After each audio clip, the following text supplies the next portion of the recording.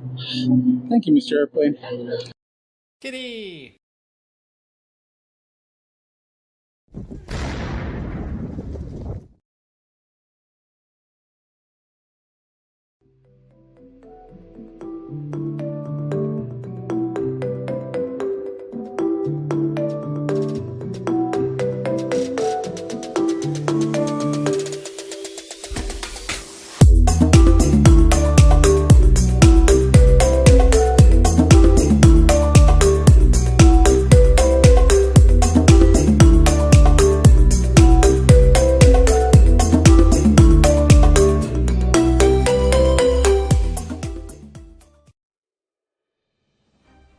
Thanks for coming along, everybody. Here we are in Stockholm. We're going to take a trip around a neighborhood of the city called Kungsholmen. It is that big island in the upper left corner there, and its founding goes back to the founding of the city around the 1500s. It's changed a lot, obviously, in the 16, 17, 18, 19, and 2000s. So lots of those hundreds in there. This is a map from 1773, and we'll be comparing what was going on today and throughout that time, using that from time to time. Many folks are familiar here with the main city hall. In fact, most tours go by there, and most tourists just stop by and say hi. They probably don't know that right across the street is a feudal farm that was founded in the 1600s. And just up the street from that is a really interesting industrial site from the genius industries of the 17 and 1800s, things like steam turbines. Around the corner from that, where those big round buildings are, started out as a working farm for a recently raised nobility family with a mill and so forth. And stretching all the way across the other side is the boundary of the Hornsberg farm at the time. Now covered over, as you will quickly see, a bunch of industrial and residential buildings, shopping districts, and so forth. But right in the heart of that, in those long rectangles, is where the castle actually originally stood. And that is now, today, a brewery that was taken over by a pharmaceutical company. We'll go see those things shortly. Literally across the street is the Kristineberg estate. It's very much a public use site with lots of as you can see, park facilities, a track, and the main palace buildings are now a school. So we'll go see those places as well. Across from there is a famous house, a summer villa of a famous newspaperman from the 1850s. Down the way, we get back more into the industrial. So where that soccer field was originally an ammunitions factory and is today the Russian embassy. Down along the peninsula was a series of islands and was filled in and became a very much a pleasure palace kind of place and burned down. And across its way is a famous farm built on top of a medieval brickworks. Around the corner from there, a big park and a palatial building that is in fact Stockholm's first mental hospital. And from there, we will go back towards the center of the island and continue exploring the sort of mishmash of industrial stuff in that big park area. Originally, there was a mill on the center, that big X right under the L in the word Holmen, and it supplied a lot of wheat and grind to brandy industries and, of course, food and baking. This area here is now a bunch of government buildings, the police and judicial departments, for example, but built on top of a 1600s feudal farm. And we'll go see what actually still remains there, part of the garden. Getting right back down to the tip of the island is Kungsholmen Church. It's famous for being existing since 1688.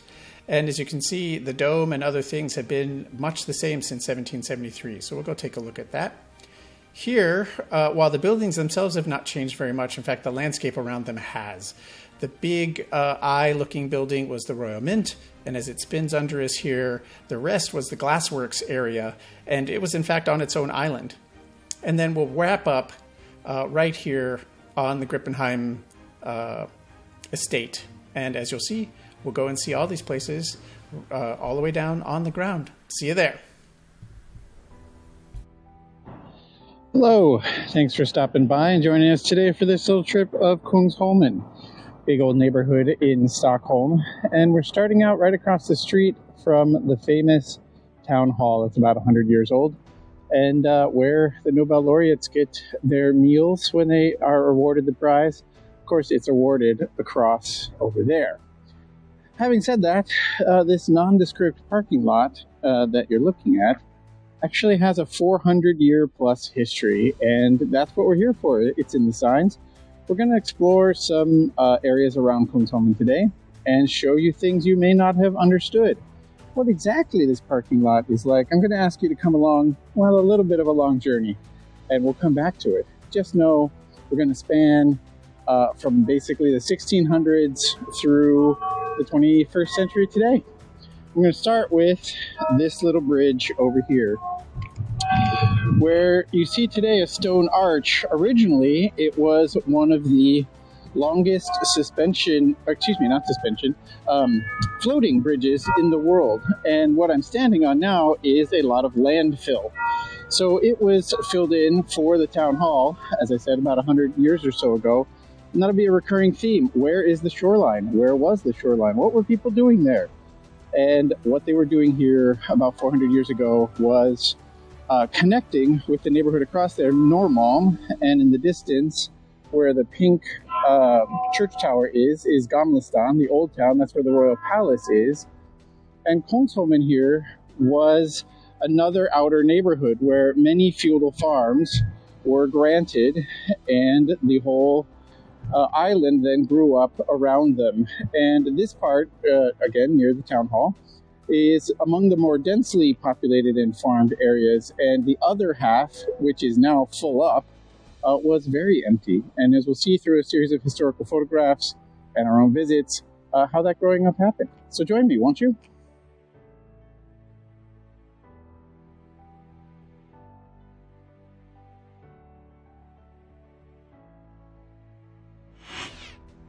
Here we are at the technical building, the home of the Public Works Committee, which plans much of the industrial development of the city and so forth. It was built in the 1960s and is about a kilometer, half a mile down from the city hall, along the waterway of the island. At the time, it was very, very busy with waterworks of all kinds, so vessels going, loading, unloading, and so forth. And now, as you can see, it's traffic and trains. So don't let some of these park settings fool you. There is a lovely park, which I often run all the way around the island, but they are laid on top of lots of this history. So again, these buildings, 1960. Across the street is the original Separator AB building that was specializing in steam turbines and considered one of Stockholm's early quote-unquote genius industries. And what we'll be seeing as we go along on all of these sites is how one thing was built upon another, how it is transformed in time, and yet how much remains. So stick with us, won't you?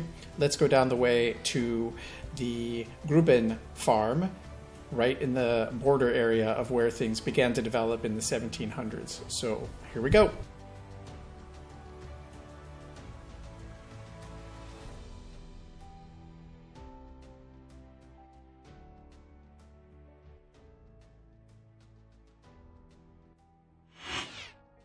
So here we are on Fleminggaten, and this road has existed all the way back in time. You can see it on the 1773 map, and this is an 1868 painting that you can see the mill in the corner there, and that is Grubben's mill that was built on Grubben's farm.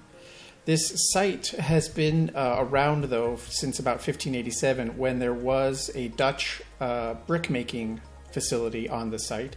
And so it's gone from brickmaking to farm to factory to hospital and is now a major residential area. So it was owned in the 18th century by a Mr. Grubb, or Grub. As always, you'll have to forgive my Swedish. I am still learning. And he was later raised to nobility as Grubben. And so this area is really known as the Grubben area, but also as St. Eric's for the hospital, which came along much later. So when it was a farm, things like tobacco and other kinds of things were grown here that the nobility may want to do, and they had various numbers of pleasure sites and so forth. But pretty quickly, by the 1800s or so, it started to be recognized more as a site of commerce and factory, and then it became sort of a poorhouse, if you will, a workhouse. And so by 1864, at the time of that painting, the whole area was really only known as a welfare establishment, and where they offered food and accommodations and work for all kinds of poor or otherwise unemployed, disabled, or even sick folks. So this was kind of a hub for that kind of thing within the city. But again, this was the outskirts of the city at the time. To our left on any of this, which are currently residential buildings in that round shape that we could see from the satellite image, they were hinterlands. There was just nothing between this site and where we'll go next, which is the Hornsberg site. Right ahead of us here, though, you can see some of those buildings from the 1700s. Those are what would have been factory sites at the time, where people were doing their work and getting busy with themselves, as the case may be. But before we get more into that, let's think about that mill, because it was here, and as we'll see in our tour today, they're often placed on these big high sites where you can catch the wind, of course, because they were windmills. That was the major energy source of the time. And right up there on that rock is exactly where it would be. And so there are paintings of it, as we just saw the 1868 one. This is that again, this is the site, and another one from 1892, where you could really get a good sense of exactly what has and hasn't changed since that time. But coming back into the facility here, let's take another little bit of a look at the factories and the working areas and see what we can see there.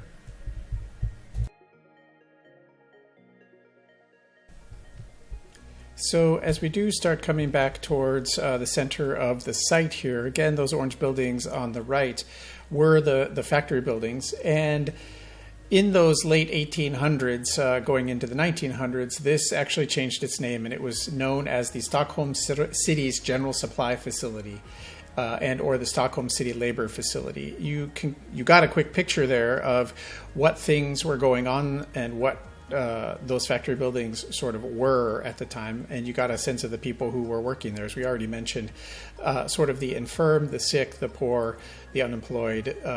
This was a public facility trying to help anyone who needed it here in the city. Pretty quickly after that, though, it was built into a hospital, and that is by about the 1890s. And one of the things I really love about Stockholm, and the whole purpose of this channel here, these featurettes, is to feature the signs, and there are some amazing ones, although some of them you really need to know what you're looking at. So here, this silly nondescript looking set of rectangles and squares in the middle of the facility is actually a map of the 1897 way that the hospital looked. And so one thing to notice is the little thing on the corner there, which I've magically moved in the satellite image, but was the chapel that was built in the 1900s, the 1913, I do believe, but then moved. And so what we're going to look at as the last thing we see here is the chapel that you can see in the middle of the round buildings. But before we do that, let's see what remains of the hospital. In short, it is that set of white low buildings in the distance there, and was in use up until like the 1970s or so, but is today not very much used, and in fact is just an eye clinic. Although the little tunnel that we used to enter is also a child's clinic, as sort of part of the same facility. And it's from the hospital's name, St. Eric's, that this area gets its current name. This area is usually called St. Eric's, which is different from St. Eric's Plan, which is a whole other neighborhood, not even on Kungsholmen. So again, you get this sense of how things have transformed over time from the 16, 17, 18, 1900s, and the amazing things that folks have done to preserve a lot of the features and heritage that does exist. And I'm always constantly impressed by that walking around. In fact, that's much of the inspiration for these featurettes. So without further ado, here is the St. Eric's Chapel, originally built in 1913 as part of the hospital area, used for funerary services, now sitting in the lovely center of this lovely residential area in a public park. And funny enough, it's called Grubbensparken because, of course, we know it was built on top of Grubbens farm. Interestingly, though, this is the first building that was moved as a whole, as an entire structure in Stockholm. So before that, they were building or deconstructing buildings from one place and then reconstructing them somewhere else. But this particular one, actually, as we've noted on the map, existed over there to the left, and now it exists over here to the right. So how they did that, I have not been able to find any pictures or explanations. It is known how to do those things, but it's now sitting here and you can go see it. Without further ado, though, let's go across the hinterlands, as I mentioned earlier, to the boundary of the Hornsberg site.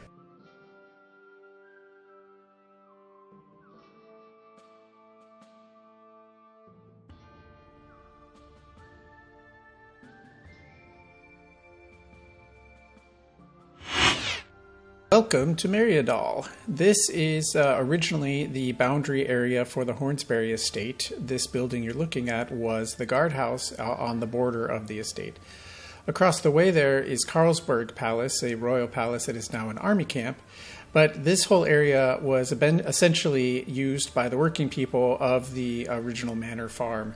The manor farms were granted in the 1630s with a special letter of privilege from the king on how to develop these areas and so forth. And Hornsberg was among those who received a rather large grant and developed this entire area, as we've noted, since at least the 1700s, when these things show up on maps of the entire area. So today you can see it's a very nice little park and cafe, although here in the winter it's not so much used. It's very much seasonal because no one sits out in the middle of nowhere having coffee. They do that in the city instead. But next to it is a very interesting site, which you'll see these around Stockholm as well. This one was founded in the early 1900s. They're small little garden plots that citizens can borrow and rent from the city. And you can sort of get out of the city in the city kind of idea. And as you can see, there's barbecues and orchards and gardens and so forth.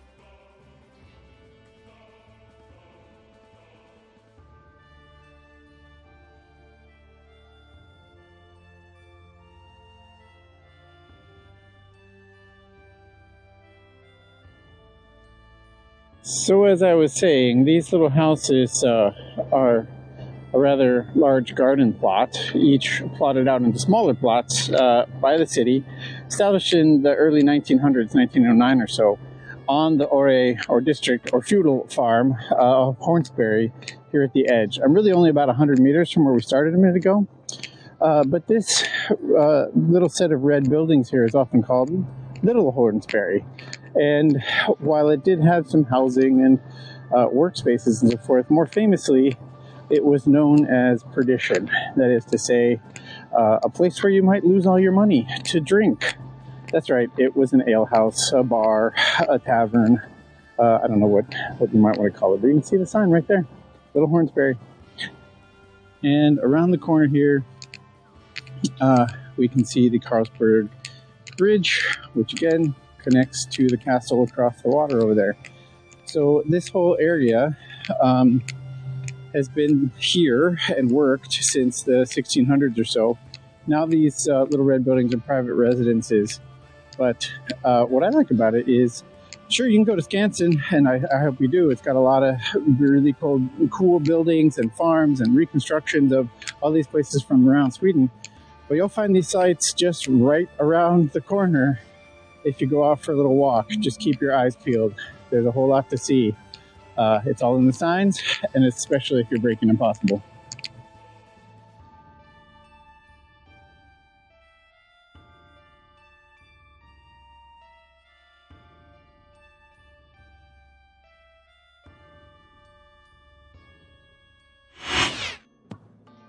So, nondescript street, a bunch of industrial buildings, right? Nothing to see here, but bam! Look at that. That is a brewery built in the 1800s on the site of what had been the Hornsberg Palace back in the 1600s. And so what I'm standing on is originally a feudal farm. Much of that is gone. As you can see, it's now very industrial. Indeed, I kind of dig that about Stockholm. It's similar to my own hometown, Seattle. We have a lot of industry, a lot of residential, and just all mixed together. And in fact, you can see this factory here is now flanked by giant apartment buildings, and while it's no longer brewing beer, it's now making pharmaceuticals. it's one of the two major breweries here that was on Kungsholmen. So we're going to go and see that in a little bit. But as we walk past here, you can see in the distance past the cars, the waterfront. Well, as we've been talking about, much of this has been filled in since then. In fact, much of the brown buildings that we're looking at are built on former coastline. So the whole waterfront has moved, I don't know, what's that, 50 meters down to the water over there. And we're going to take a little walk around these corners just to take a quick look, but also because right next door is the other major manor farm on this side of Kungsholmen. Where we started was jam-packed, as you might recall from the map that we took a look at from the 1700s. There's lots of little plots all over the place, but these two here were kind of off and on their own and doing their own thing. And while the Hornsberg one has obviously been completely overtaken, the Kristineberg, sorry, my pronunciation is terrible, is right around the corner. We're going to go see that. And it's also a beautiful mixed-use area and zone, as we'll see. See you there. Before we get there, though, let's take a look. You can see all of the open areas there in the lower corners of the map. And here's where Hornsberg is and where we're going to Kristineberg. You can see that they're very crowded now, but let's see how very empty they used to be. This is a balloon image taken in the late 1860s, and there's Hornsberg and there's Kristineberg. In the left there is the mental hospital that we're going to visit later, but just compare how things are today with how they were back then, even just a couple hundred years ago. Okay, what we're looking at here is the border of the Hornsberg Ore district / fuel farm. This big brick building is the backside of the historic brewery building we just saw, part of the pharmaceuticals. And on this side of all of that is the other manor farm, the Kristineberg farm. I think I'm saying that right. We'll check the sign in a second. In any case, you can see going full circle here, the water is down that way. This would have been all waterfront property. It's now very mixed use as we're going to walk through the entire park here. The low building on my right is a tennis and racket club. Lots of little parks and sit-out areas. A very nice skate park. Although I have to admit, I hardly ever see anyone in this one. Don't know why. A very large soccer area. And up the hill there is where the manor house is. And when we talk about mixed use, in the 1600s, this farm was all by itself. This one I'm standing on would have been corn, tobacco, wheat, whatever, lots of food crops. There was also an ornamental English garden in this area, as the nobility is wanted to have. But over the intervening decades, on the one side, again, back over on that side where the Hornsberg manor farm would have been, is more and more industrial. So St. George's Hospital is up there. There's a giant shopping center, the pharmaceutical company, which we've already talked about quite a bit. But this side seems to have been used much more for residential and sports.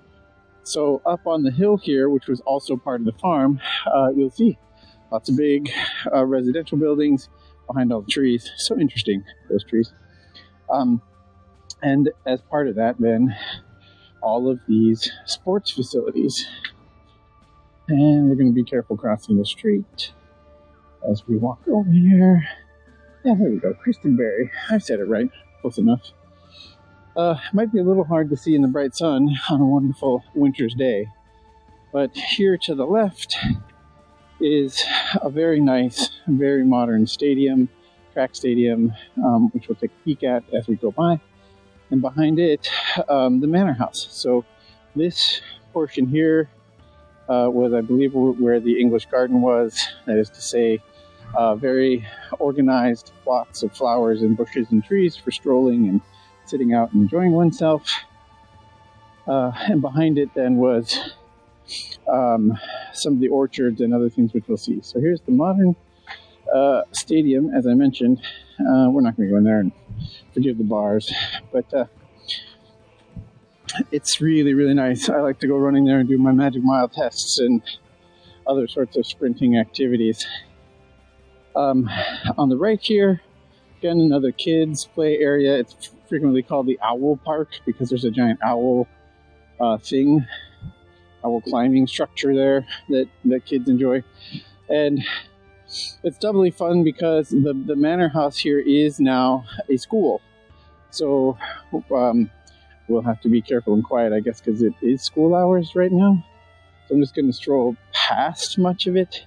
But we will go see the orchard, which is kind of fun because the trees are all marked with signs. It's in signs. With what kind of apples they are. And you can still find those apples in the grocery store here. They're very, very popular. So where can land here at Kristineberg's palace?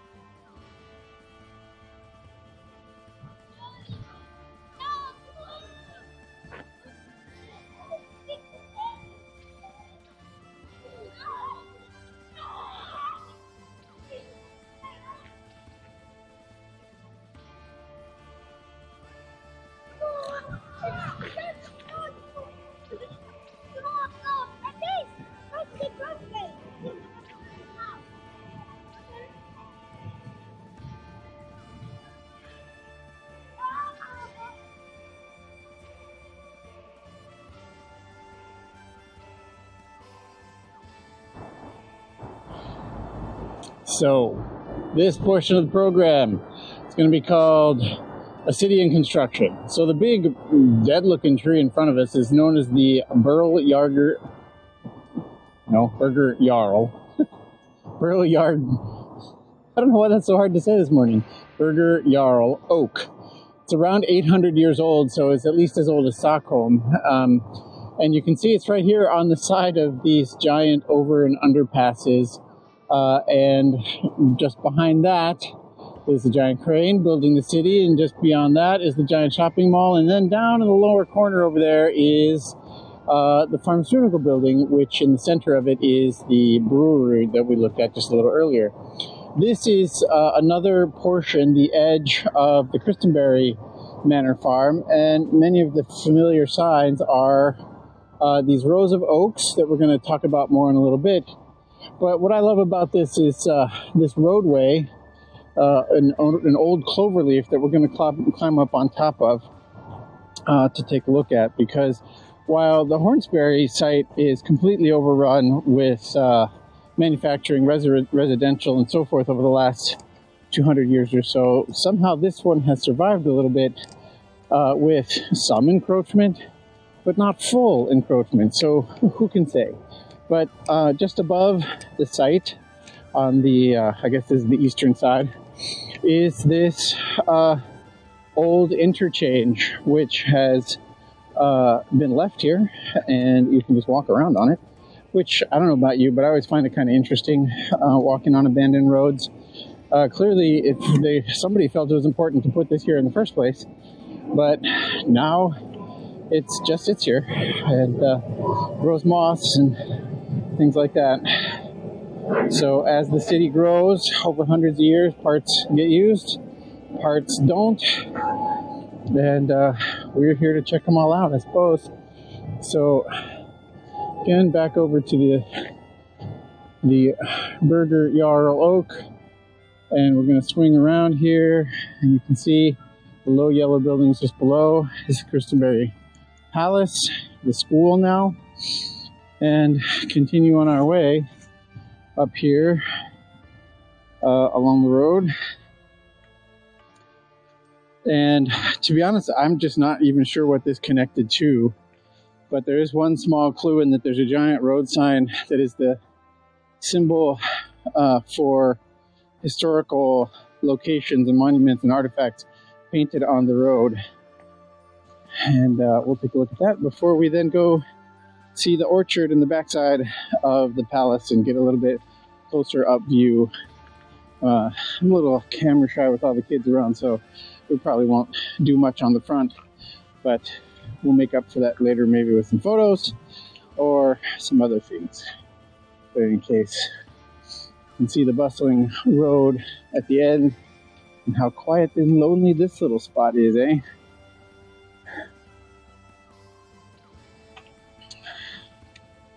Let's see, where is that little sign? Oh, there it is.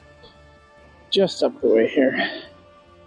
So, in the middle of the road, in the middle of these rocks, you can see the little clover leaf looking thing that is the symbol for monuments and so forth. So I imagine someone got off here to try to go see the palace and then could get back on right over there.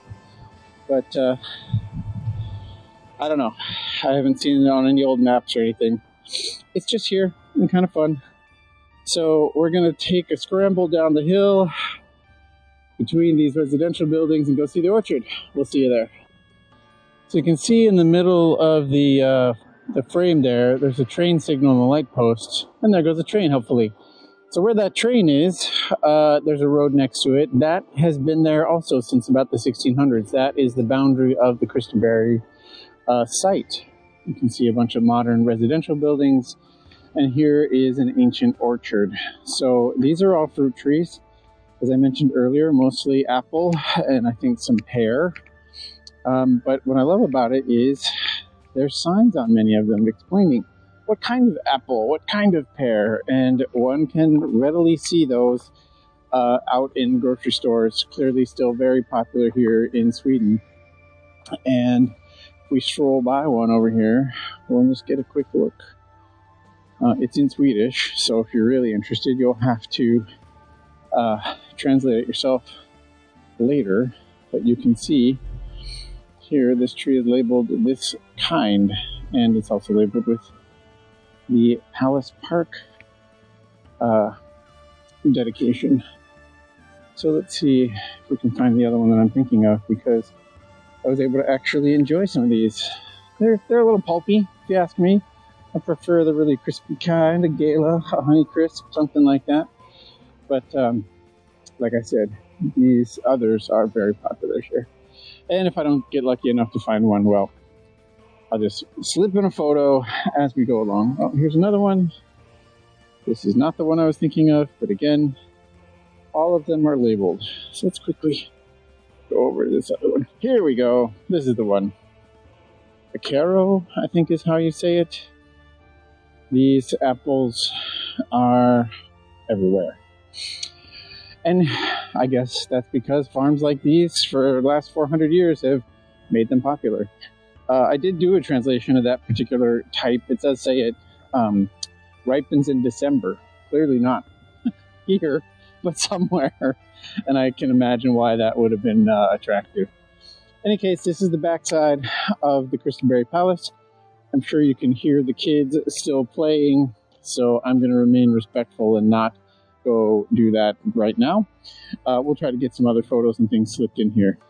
But this is the whole palace grounds, including this outbuilding, which was built later and is also all part of the school. So what we're going to do now is really quickly wander up across the street over there, where you can see the low apartment buildings in the distance, which was also part of the farm. And what I like about it, what's kind of fun, is you can see the mighty oaks, and you can see some of them just right here walking in front of me. And almost always here in Sweden, as you're roaming around some of the palaces, you'll see these rows of oaks.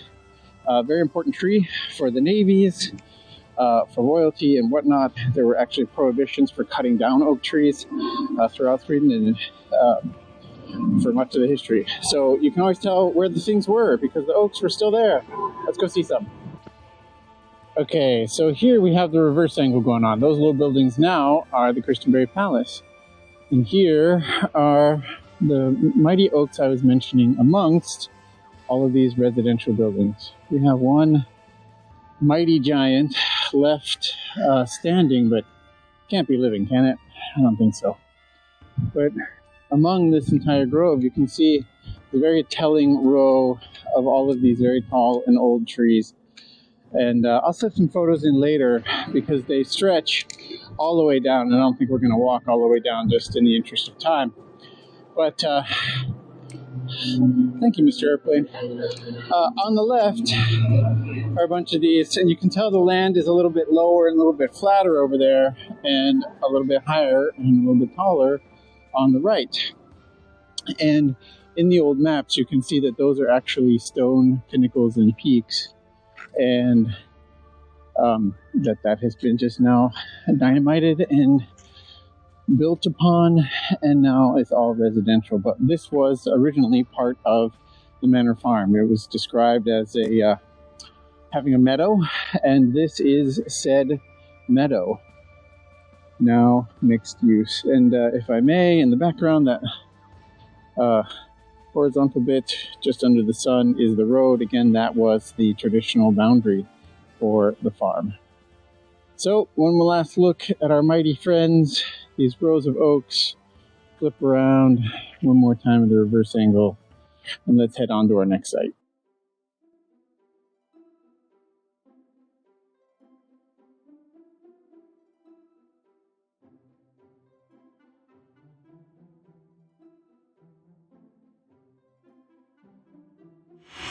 Not an uncommon sight here, a tour boat. What could they be looking at? Well, in fact, it is the Adolfsberg Villa that was built in 1851 by a famous newspaper editor and owner to just enjoy the waterfront here on Kungsholmen. Interestingly, it used to be over there, but when the bridge was going to be built, they felt the need that it shouldn't be there, and so to avoid destruction in 1951, it was moved over here. And you can just see it right along the footpath. If you're just running along, you just can't miss it.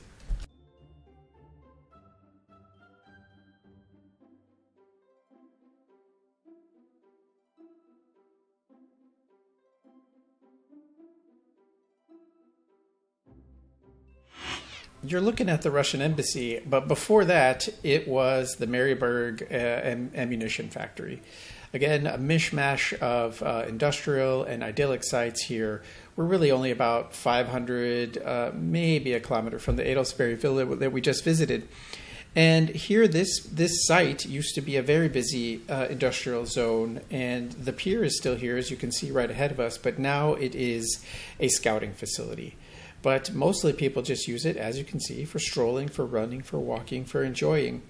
And nicely, right around the corner here, as we're going to see shortly, was another idyllic setting. But for the time being, let's just enjoy the sun, shall we?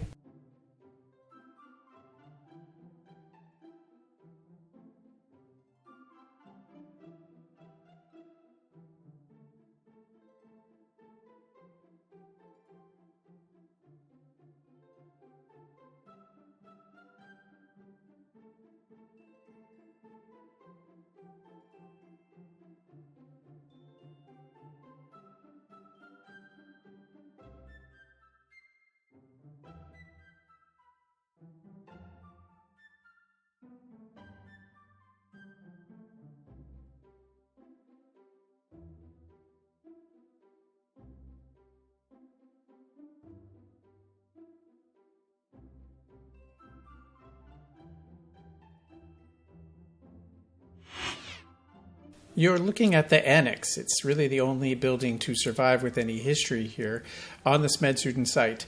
Indeed, most recently in history, this was built in 65 to 72 to be a nice park area. And as recently as 1997, these things burned down, including the villa that was originally here, and only the annex, as I said, survived. But here we can see the orchard trees in a nice little row overlooking what is a very beautiful public park and beach. And the area gets its name from the Smedsudden Island, Smedsholmen, which is over here on the left, but is now all land filled in. So you can actually go to what is now more or less a peninsula over there along the waterfront. Funny enough, though, this site has been built up, burned down, built up, and burned down again, and has existed as a farm, an artist colony, and now a cafe, which I highly encourage you to come and enjoy at some point.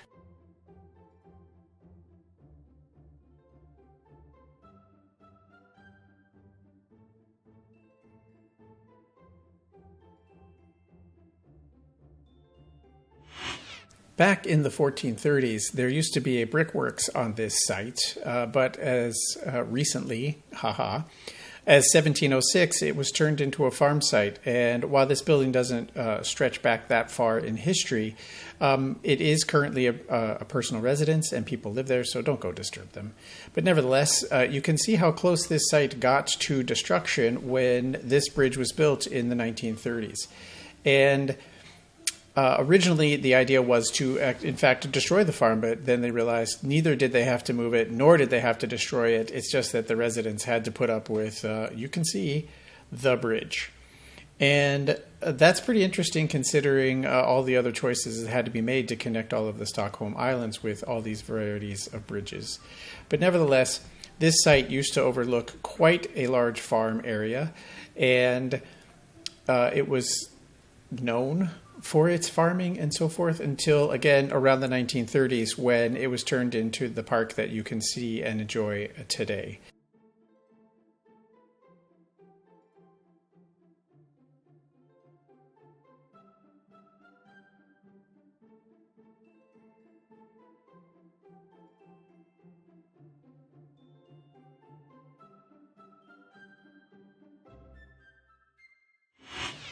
Here on the other side of that park, though it used to be farm, is Kongradsberg. And again, I'm sorry for my pronunciation. But as you can see, it's a very palatial looking place, but it is in fact Stockholm's first mental hospital. It was originally a farm plot back in the 1770s, but then in 1855 to about 1871, designs and building for this facility were made. And this was really an important transition here in Stockholm to provide for better care for mental health patients. And it's something you still see in sort of Sweden today, this understanding of mental health out there. Let's take a little walk around the facility and just think about how these sites from around 1860s, 1861, were informed by certainly the architecture we've seen elsewhere stretching back to the 17 and even 1600s. So it's a lovely day. Let's just take a look at the sun, the sky, and what is now a school.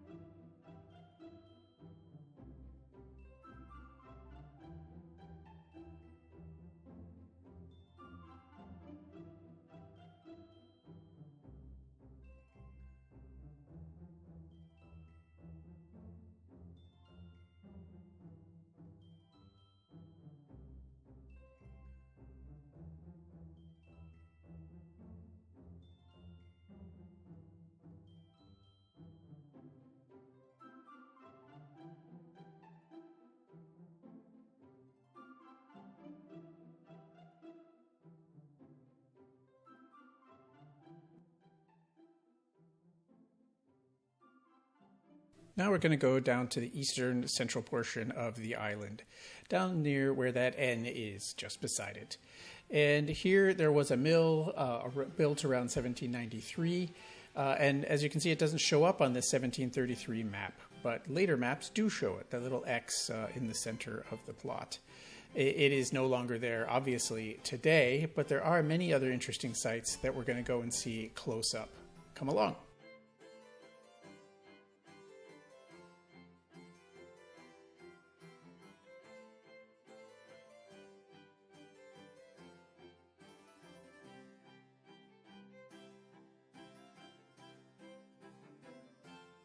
Here in the northwest corner of the park, you'll find a little cemetery, which is a little out of place here, just at the end of this street.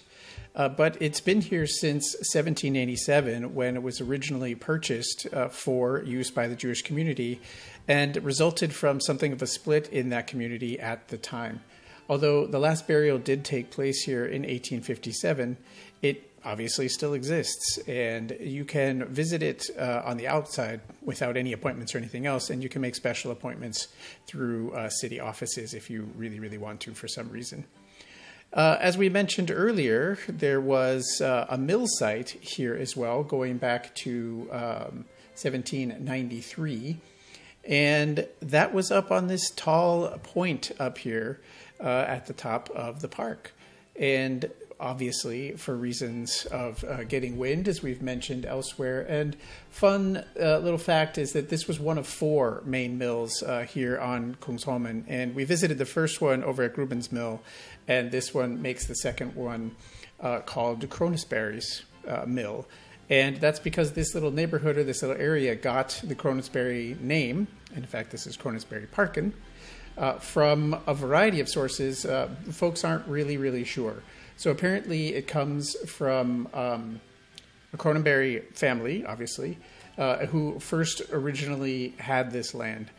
But it's uncertain because the names don't appear on the 1733 map.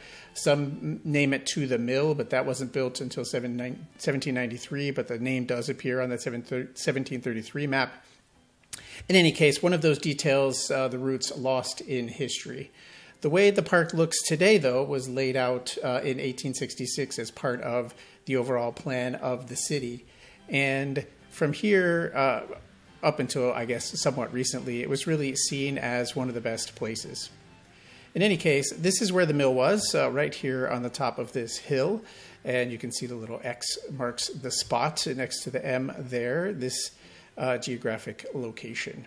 So from the south here, well, actually that's east, you can see those red low buildings right ahead of us, and that area over to that side is a bunch of city buildings, but it's also the end of an old feudal farm, which is where we're going to go to next.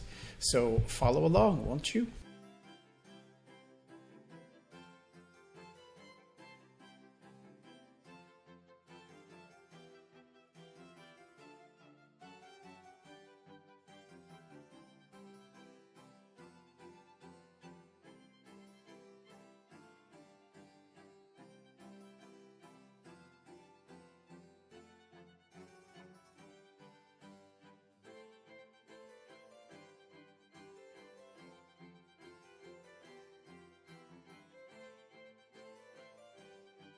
You're looking there at Stockholm's police headquarters in the middle of what's called the Red House Park, or Rädhusparken. And over here is the district court. And these buildings are really only about 100 years old or so, built in the early 1900s through about 1920. But they are built on land that was purchased in 1694 for a feudal farm. You can see it on the 1733 map as we've been looking at it, the one with the big double X on it. And you can see it again when we pull it up in a moment. But what's interesting, of course, is that this whole area, I guess, taken over by means of eminent domain or something like we would call it in the U.S. The city needed the land, and so they took it over, built these facilities on top of them, are not just for justice, but also community. So behind the police building, there's, of course, a jail, and also like a building with a swimming pool and gyms and community halls and all the rest. And those stretch right up to the edge of the park we were just standing on. In fact, those low red buildings are the ones that are the end of this building center. In any case, as we walk across the front of the building here on this road, which is the border of where the eastern half of the island used to be. In fact, this farm that we were just talking about and out to the mill where we just were, all were the edge of the developed part, is something we're going to come back to because it was also a center for industry just around the corner from here. But before we go there, let's take a look at the park, which remains a sort of English garden, as it's often called. And here again is the district court that we can take a look at, and literally across the street is Piper Park. And You can see that this is the kind of English garden, as it's sometimes called, the very strictly manicured and maintained pleasure strolling garden with lots of statues and so forth.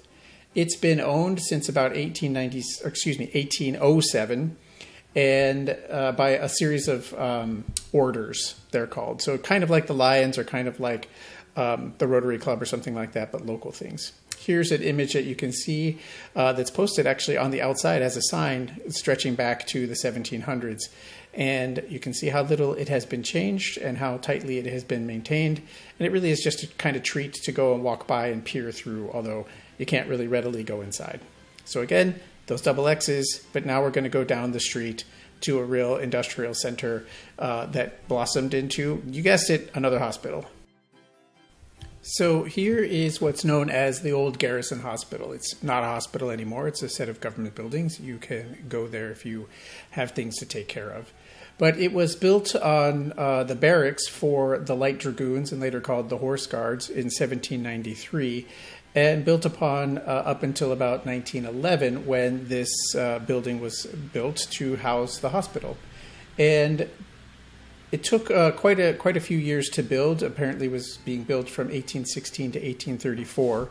So these buildings, as is often the case, had a core and then built on different wings and extensions and adjustments and so forth. In any case, this location was chosen because it had access to water. But as you can see from the maps that we just looked at and the Google view overhead, there's a lot of landfill that has happened since then, and there's not really any nearness to water anymore.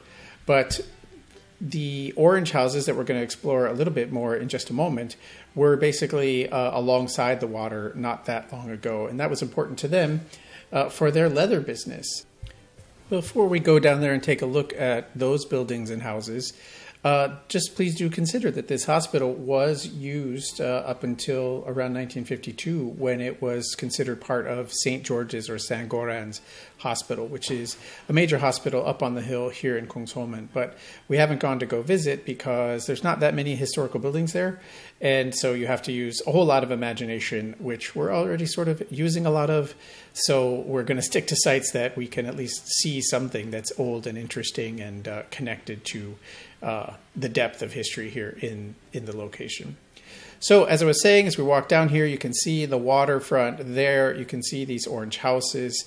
More or less where those orange houses were or are is where the water was. And it was full of docks and wharves and people coming and going in a very industrial setting. And what were they doing over here? They were making leather. So there was quite a famous tannery section right here. And this house that we're looking at was built for the Graver family by Jacob Graver. As you can see, conveniently labeled 1754, so quite an old building. He founded his tannery with two other folks, Mr. Jennings and Mr. Finley.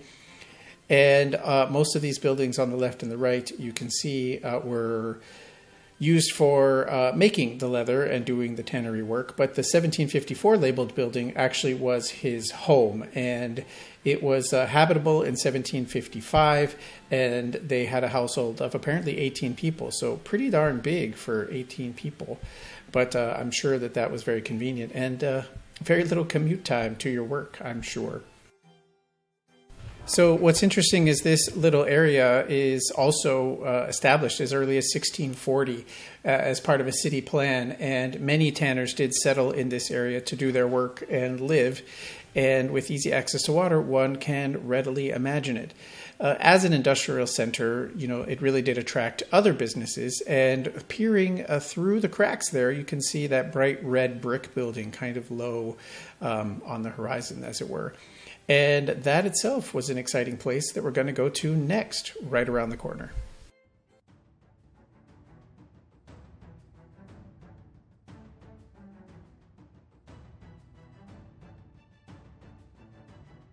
This street we're looking at was originally designed as a turnaround for wagons, carts, cars, trucks, etc., to help serve the industrial area that it was.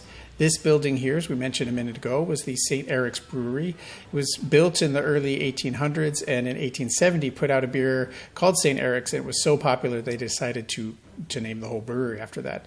As you can see, the street at the time was not the idyllic park setting that you see today and we all enjoy, flanked by residential buildings and housing and even grocery stores and so forth. Instead, this was an out-of-the-way industrial area, which, as we saw from the earlier balloon aerial photography, off to the west was just open land and very, very empty. So this was kind of the edge of the city. And a good thing, too, because the tannery business, which is, again, just on the other side of the buildings on the left, was pretty stinky and needed lots of water, needed lots of space. Now, of course, that's all gone, but it was here up until the 1920s. So the city has really transformed quite a bit in just even the last 100 years. Getting back to the beer making, though, the brewery's success can partly be attributed to the businessman Mr. Smith, who had been the dominant owner since 1860 and remained even on the board all the way until 1904. And during the end of the 19th century, that is to say in the late 1800s, the St. Erik's Brewery was the largest in Stockholm, and they took their water straight out of the waterway we just saw there with basically a 400 foot or 237 meter pipeline that was just sucking the water out of there. So it tells you a lot about the water quality and so forth. Although inside the building itself, they had lots of other facilities for washing, cleaning, drying, malting, etc. Again, this just helps you out. There's the Garrison Hospital. Now we go up the street and we're going to make our way over towards the very end, the eastern end of the city. And by way of orientation, straight ahead there, we've made kind of a little small loop, is where the Piper Garden is and where the district court was. And if you really know what you're looking for, you can find a secret statue. It's hidden in plain sight and just right up here at the end of the way.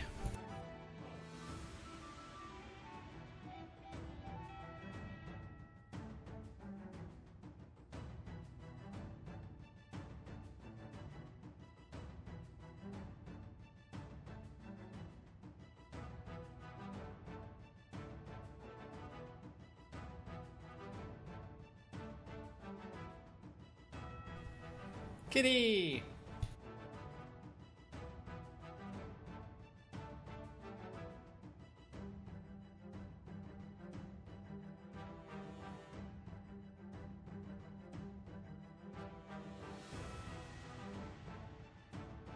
Now we're going to make our way right down the street to Kungsholmen Church, which was established in 1671, but it was held, services were held just in a small wooden building.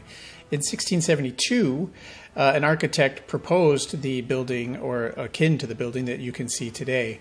And after the king donated quite a bit of funding, it was started in 1673.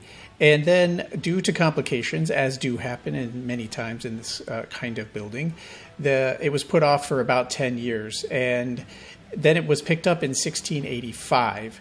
And finally, the church was inaugurated by the Archbishop for Sweden in 1688. And there's a giant plaque at the end that we'll go see just around the corner here.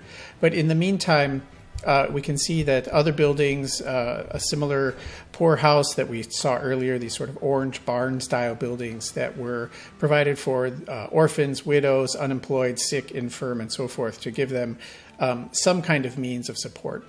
Along the walls over here, you can see many different very old tombs and other kinds of crypts, and these belong to, of course, very famous folks who were contributors to the church early on, back in the 1600s or so. And you can see as we round the building here where these plaques are, and we'll also give you a sense of sort of what the church looked like back when it was 1655 to 1727 or so. As I said, here is the famous big memorial plaque. You can see the dates and the other memorials to having the church built. All easily accessible, just right around the back. You just don't get creeped out by the graveyard, which is also here, as you can see. A cool thing about it is you see the little fenced off area. That is not for naughty graves. There's no undead in there. But instead, the cultural departments here do from time to time come through and renovate, update, clean, and otherwise protect the site, which is pretty darn cool when you think about it. Next, though, we're going to go again across the street. So if money is the root of all evil, it was close by anyway. Right down there where that other barn is, as you can see in the distance, is the Royal Mint. So let's take a stroll over towards there, shall we?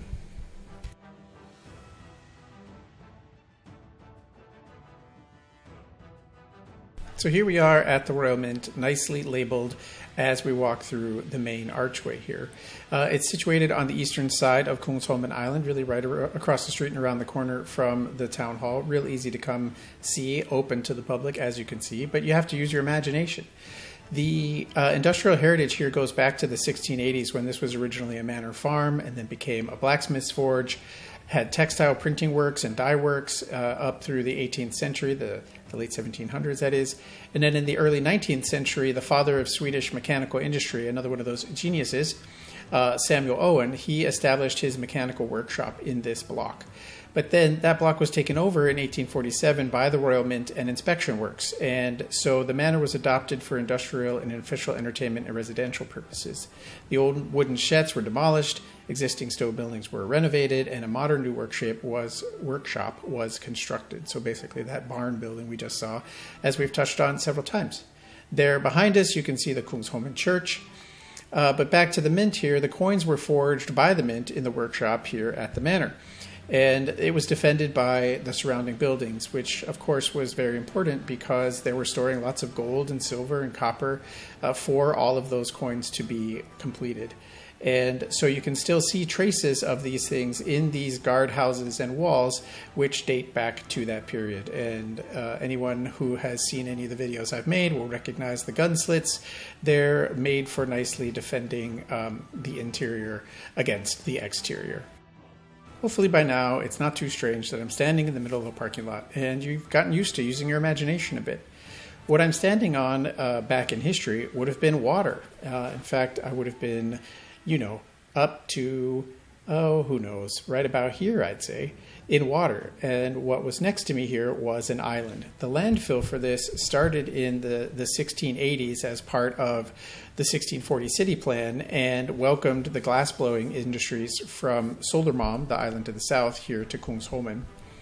But what we're looking at are buildings that were put together in 1870 for the Karolinska Institute, the famous educational school here in town.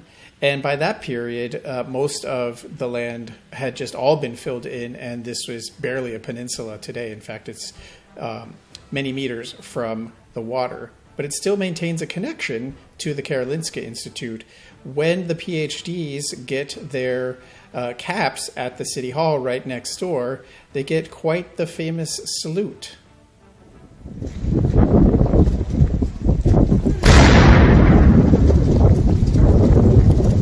That's a fun thing to hear as you're coming along running and all of a sudden you hear cannon fire. But it is a really cool connection from its original housing here in these buildings to the city's life today.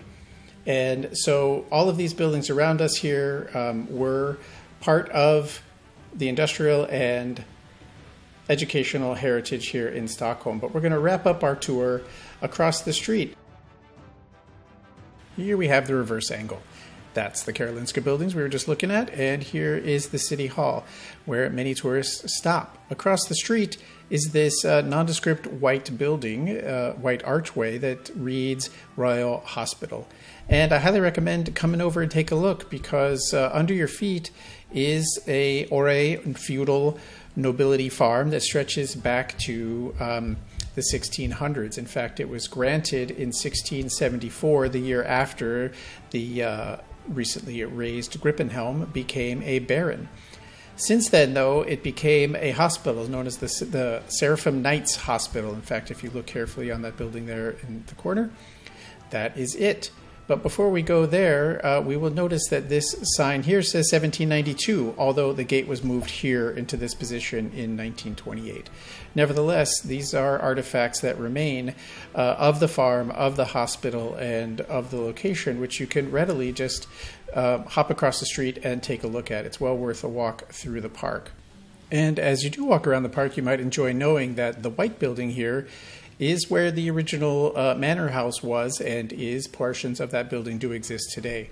But for the most part, it was taken over in the 1750s and set up as a hospital after the Crown purchased the land and the former farm to build a research and surgical hospital on the site.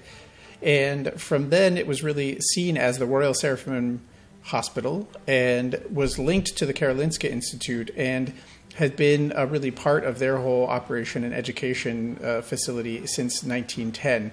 It was used up until the 1970s, and among the famous things were like the first kidney transplant happened here in Sweden in 1964. The buildings, though, today are not part of that hospital. They've been moved off to much more modern facilities, but it's really fun to walk around and take a look. You can get a sense of the history and, as I've said many times, the connection to all the things underfoot. In fact, we're going to wrap up our tour here just where we began it on the other side of this administrative building. And I offer you a small glimpse into the past, which is a copper engraving that was made from the original Ore Manor. And you can see the church buildings and the palace and other facilities from this location from today. So stretching from here and now way back to the 1700s. Sure hope you've enjoyed the tour. Hope you come back for another time in It's in the Signs. We'll see ya.